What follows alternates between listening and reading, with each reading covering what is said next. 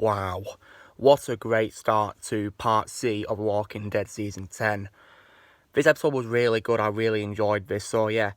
Coming up, I'm going to be talking about tonight's episode of Walking Dead, what I thought of it, and yeah, my prediction of what's going to be happening next. So yeah, this is me, Lucas Prime, reviewing The Walking Dead Series 10, Episode 17.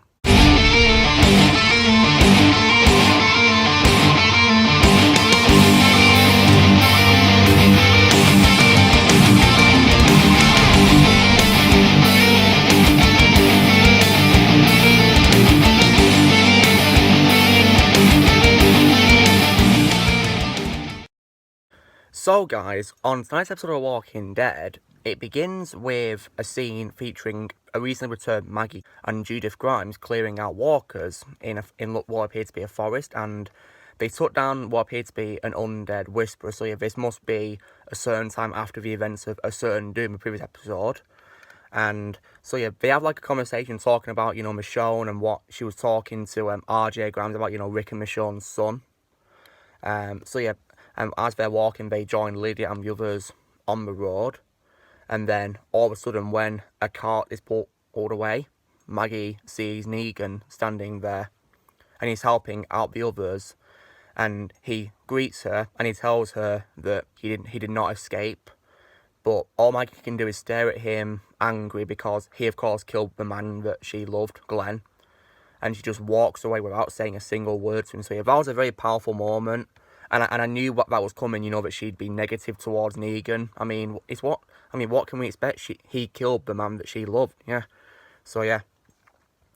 So after the intro sequence, we then get to see Daryl and Carol, and they're joined by Maggie, along with two members of her group, which are called Elijah, he's the guy wearing the mask from A Certain Doom, and Cole. So it was nice how we got to see members of her group appearing.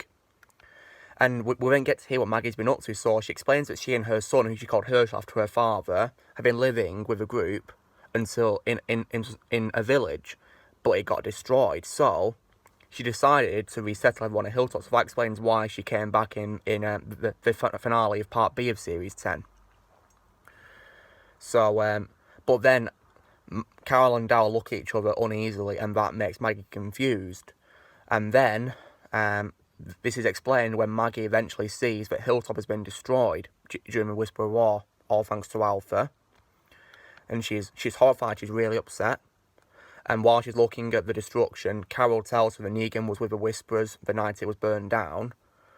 And Maggie then realises that Carol let him out, but Carol reveals that she got Negan to work for her to kill Alpha secretly by pretending to join her and be a Whisperer. And Cole seems to be against the idea of them living with Negan in Alexandria, despite the fact that he was part of the Whispers and he killed Glenn. But Daryl says they're still figuring things out, so he's not entirely, with Negan yet, he's just figuring things out. And then Maggie thanks Carol for telling her what happened, but then she walks off, so yeah. And then they follow her, and Daryl tells Carol she didn't have to tell her everything, but Carol thinks that she deserves to tell Maggie the truth, which I would agree with, because I think Maggie deserves to know what happened, of course, yeah, they've got to be honest. And Daryl says he's going to help Maggie get the rest of her group back, so it seems as though Elijah and Cole aren't the only ones with her. Because what I noticed as well was that Georgie was not among her group, and neither was her son Herschel, so I'm wondering what's going on. So yeah. And then after that we get to see Kelly, who is following and volunteers to help with a mission, because she's looking for Connie, so it appears as though Connie is still missing and not found her yet.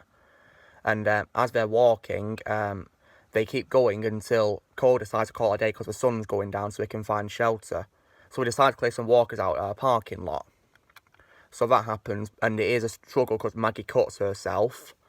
But luckily they do succeed in closing the door of the, I think it's like a large bunker the walkers are in.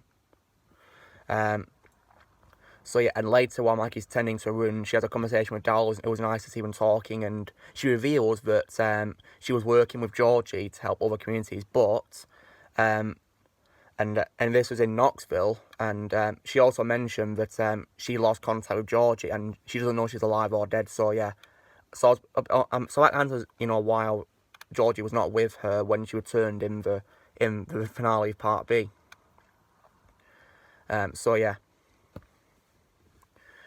So I'm hoping Georgie will return. So then, in the next morning, they wake up and prepare to leave until they get interrupted by a walker, but luckily Elijah dispatches it. And but then again, it appears that Kelly has disappeared, but it turns out she just left her watch post, actually. And Maggie grabs her, and it startles her because, you know, she doesn't know what's going on, but it's Maggie grabbing her. And she tells her off for abandoning her post, and so Daryl explains that Connie is missing. And then after that, while they are travelling, they suddenly see that the place where Maggie's group was staying has been burnt down. So as a result, you know, and everyone is missing. They discover several burnt members of her group, which was pretty scary to see.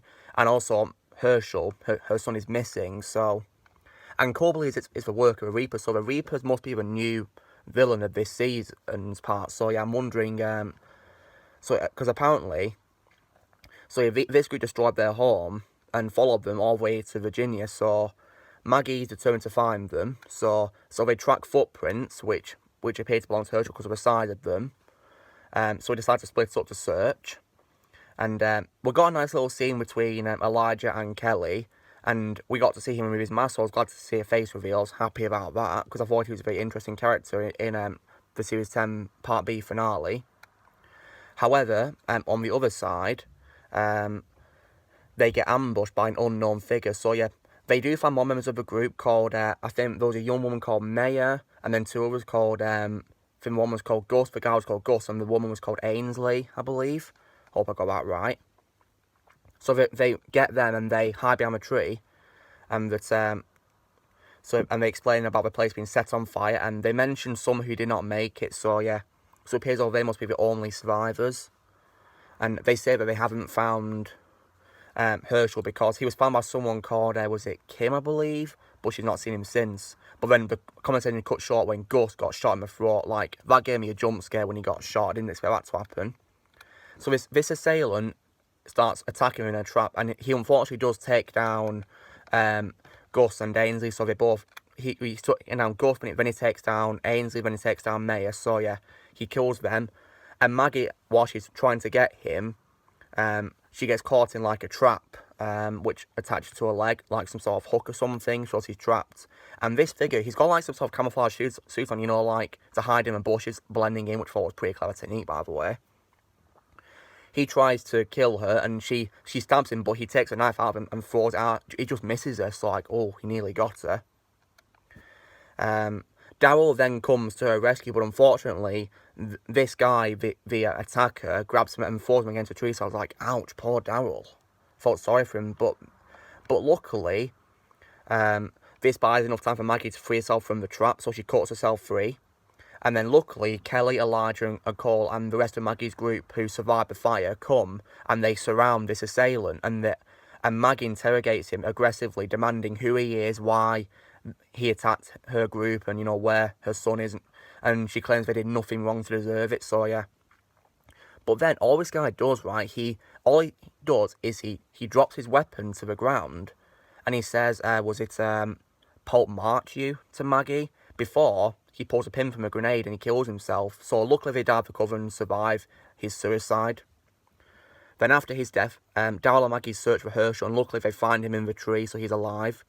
And then the group is resting and Herschel's asleep, and so it appears as though Elijah and Kelly are friends, and Maggie thanks Kelly for helping Elijah feel better. And then the next morning they head back to Alexandria, where they're repairing several houses, and as Maggie and Herschel are walking in, they see Negan, and he watches them from a distance, and that's when the episode ends. So yeah, to be honest, it was a very great episode, great start to this part, yeah. And it was filmed really well, especially because of the pandemic. You know, they filmed it really well. It was brilliant.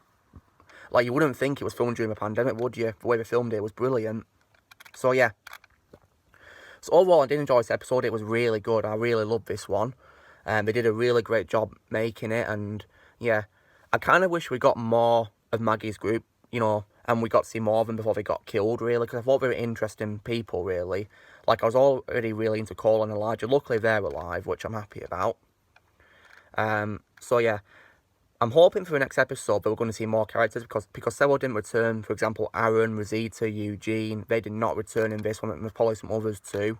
hopefully we'll see him in the next episode, hopefully, possibly.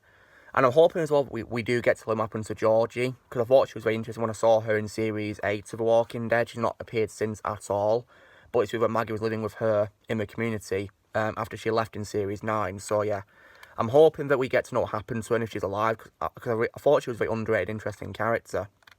So yeah, I'll definitely check out the next episode next Monday, yeah. So guys, so that's what I'm predicting for the next episode. So yeah, so guys, you know the drill. Be sure to give this video a like. Also, please drop on the comments what you guys thought of this episode of Walking Dead if you've seen it. And yeah, I'm about to watch Talking Dead, you know, presented by Chris Hardwick in the background, as you can see there. So yeah, I'm going to watch it while I'm uploading this video. So yeah, be sure to drop in the comments what you guys thought of the episode and what you thought of it as well, and what you're predicting for the next episode. Also, be sure to subscribe to my channel in the future, and I'll see you all later.